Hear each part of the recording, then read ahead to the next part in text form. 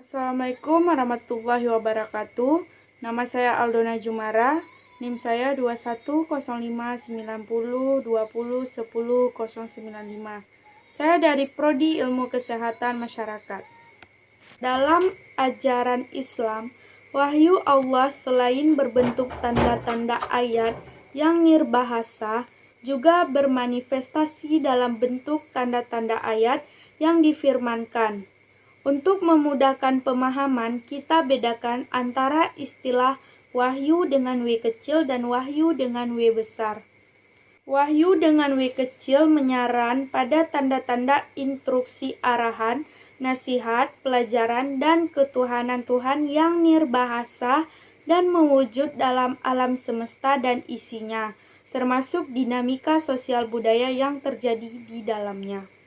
Adapun wahyu dengan W besar menyaran pada tanda-tanda instruksi, arahan, nasihat, pelajaran, dan ketentuan Tuhan yang difirmankan melalui utusannya, malaikat, dan diakses secara khusus oleh orang-orang pilihan yang disebut sebagai nabi atau rasul. Meskipun kedua istilah ini sebenarnya berbeda, namun sementara ini dianggap sama.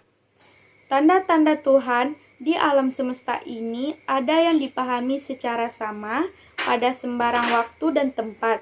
Sebaliknya, tanda-tanda Tuhan ada pula yang dibaca dan dipahami secara berbeda karena perbedaan kadar kemampuan jiwa, rasa, dan fisik menurut Sahrul dalam Al-Quran wa Alkitab. Tanda-tanda Tuhan yang dianggap secara universal itulah yang disebut dengan ayat-ayat muhkamat. Adapun tanda-tanda yang dibaca secara berbeda-beda sesuai dengan perkembangan kemampuan nalar manusia disebut dengan ayat-ayat mutasyabihat.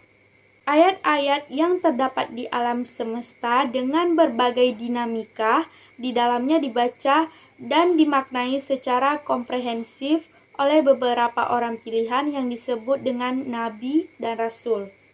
Ketika masih dalam bentuknya yang asli berupa alam yang terbentang, wahyu belum diidentifikasi sebagai suhuf al-ula atau kitab Ibrahim, Taurat atau kitab Musa, Zabur atau kitab Daud, Injil atau kitab Isa, atau Al-Quran Nabi Muhammad SAW.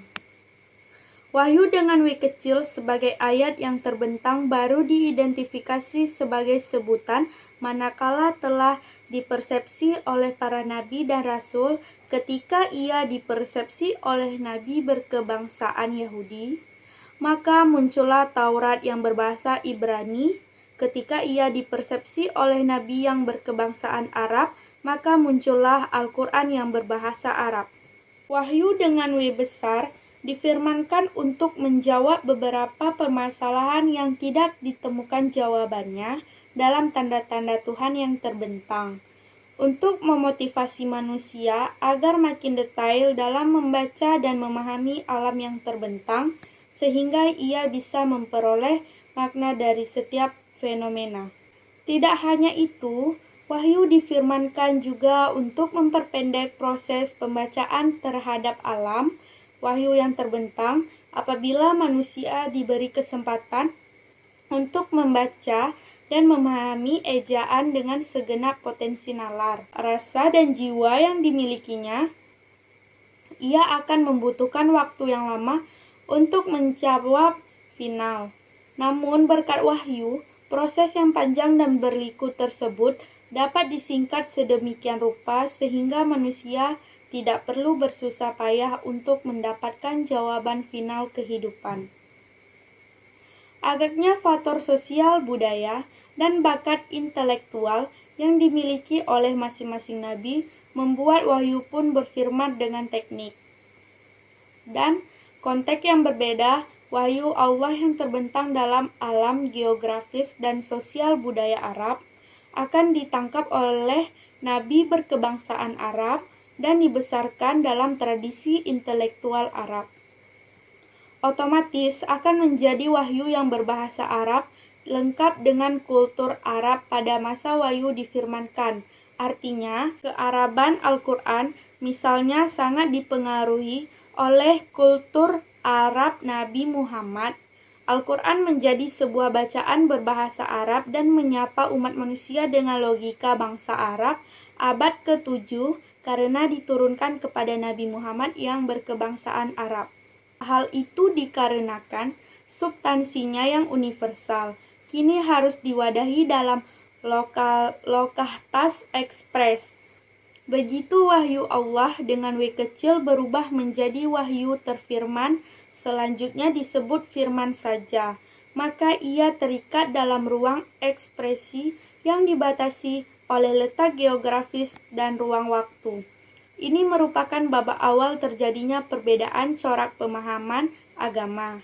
Apabila mengacu pada pemikiran yang dikemukakan Sahrur, tanda-tanda Allah di dalam terbentang disebut dengan Al-Quran Al-Azim, sedangkan tanda-tanda yang terdapat dalam wahyu berfirman disebut dengan Al-Quran Al-Karim. Wahyu terfirman merupakan bentuk relasi antar nalar manusia, wahyu terbentang, dan karunia rahmat Tuhan melalui rahmatnya. Allah memberikan karunia kepada alam semesta untuk menampung dan mempresentasikan tanda-tandanya. Di sisi lain, melalui rahmatnya, pula manusia diberi kemampuan nalar untuk berpikir, memahami, dan menghayati tanda-tanda alam sebagai tanda-tandanya. Al-Quran Al-Karim merupakan salah satu bentuk relasi antara nalar Arab abad ke-7, wahyu terbentang Al-Quran Al-Azim, dan karunia rahmat Allah tersebut. Mulanya, Al-Quran sebagai wahyu terfirman disampaikan secara lisan, sesuai dengan tuntutan konteks situasional waktu diturunkan. Ada 3 situasi yang mendorong terjadinya peristiwa pewahyuan secara lisan, yaitu adanya pertanyaan tentang sebuah masalah, problematika sosial budaya yang harus dicarikan solusinya, dan misi kenabian untuk merombak budaya suatu umat. Al-Quran sebagai wacana lisan sangat kental diwarnai oleh konteks sosial budaya dan situasi peristiwa komunikasi. Ia difirmankan melalui lisan Nabi Muhammad. Implikasinya, sebagai wacana lisan, Al-Quran seringkali menggunakan ragam ungkapan dan ekspresi kebahasaan yang mengedepankan keterbukaan dan pemaknaan yang dinamis. Selama ia tidak menyimpang dari konteks komunikasi tersebut, pemaknaan tersebut muncul dalam bentuk respon langsung berupa sikap yang dilakukan audiens skala itu. Fokus pada respon merupakan salah satu ciri komunikasi lisan ketika terjadi tindak saling merespon antara komunikator, dalam hal ini Nabi, dan komunikasi audiens Al-Quran. Keterbukaan dalam pembacaan Al-Quran diartikan sebagai pemaknaan Al-Quran yang hidup, progresif, mengalir sesuai dengan konteks situasional bangsa Arab kala itu.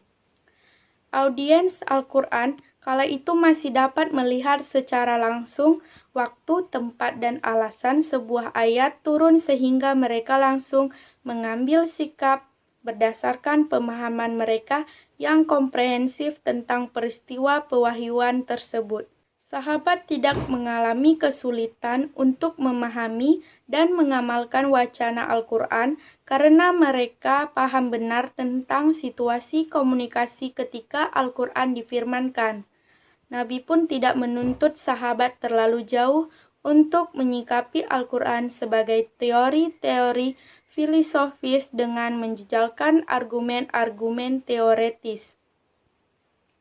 Bagi Nabi ketika itu, Al-Quran adalah pedoman gerak dan bersikap, sehingga begitu mendengar wacana lisan Al-Quran, umat manusia dapat langsung memfungsionalisasikan Al-Quran dalam realita kehidupan mereka. Implikasinya Nabi banyak menoleransi berbagai model pembacaan Al-Quran asalkan masih sejalan dengan tujuan agama, yaitu untuk menyucikan jiwa agar manusia yang tunduk dan patuh kepada Tuhan. Problematika lain yang muncul dengan adanya kodifikasi Al-Quran menjadi mushaf adalah hal yang disebut dengan pemihakan ayat. Artinya, perbedaan corak pemahaman orientasi keberagamaan umat menjadi bervariasi akibat pemihakan mereka terhadap beberapa doktrin yang ditemukan dalam ayat-ayat tertentu, tanpa memberikan porsi yang cukup untuk menyikapi ayat-ayat lainnya yang memiliki aksentuasi yang berbeda. Perbedaan Qadariyah dan Jabariyah misalnya merupakan contoh yang pas untuk menggambarkan adanya pemihakan berlebihan terhadap doktrin pada ayat-ayat tertentu. Dalam tradisi Mu'tazilah, bahkan dikatakan apabila ditemukan ayat-ayat yang tidak sejalan dengan ayat-ayat utama yang mereka berikan terujukan, maka dilakukan mekanisme pemalingan makna yang disebut dengan takwil. Sejak dulu, para ulama merasa perlu untuk melakukan kerja rekonstruksi peristiwa pewahyuan agar dapat mencapai pemahaman Al-Quran yang tepat dan sesuai dengan dinamika zaman. Maka muncullah beraneka ragam corak dan model penafsiran sebagai upaya untuk menyingkap kandungan makna Al-Quran agar ia dapat difungsionalisasikan dalam kehidupan. Berbagai model pembacaan Al-Quran dilakukan dengan mengacu pada 3 aspek utama, yaitu teks Al-Quran sebagai sebuah A. Kesatuan tema. B. Konteks historis yang konteks situasional yang melingkupi peristiwa pewahyuan, peristiwa penafsiran masa Nabi, dan masa-masa generasi sebelumnya sebagai sumber inspirasi penafsiran. Dan C. Konteks pembacaan, yaitu situasi kondisi pada saat Al-Quran dibaca dan ditafsirkan kembali oleh seorang penafsir dengan mengacu pada berbagai pendekatan dan problematika kehidupan kontemporer. Melalui model pembacaan seperti itu, maka dimungkinkan terjadinya proses pengayaan tafsir sesuai dengan latar geografis, sosial budaya, dan spirit zaman saat Al-Quran ditafsirkan. Dengan kata lain, perbedaan latar belakang keilmuan penafsir akan memperbarui pemahaman terhadap Al-Quran. Begitu pula perbedaan latar sosial budaya dan geografi penafsir akan berbeda hasil tafsirnya.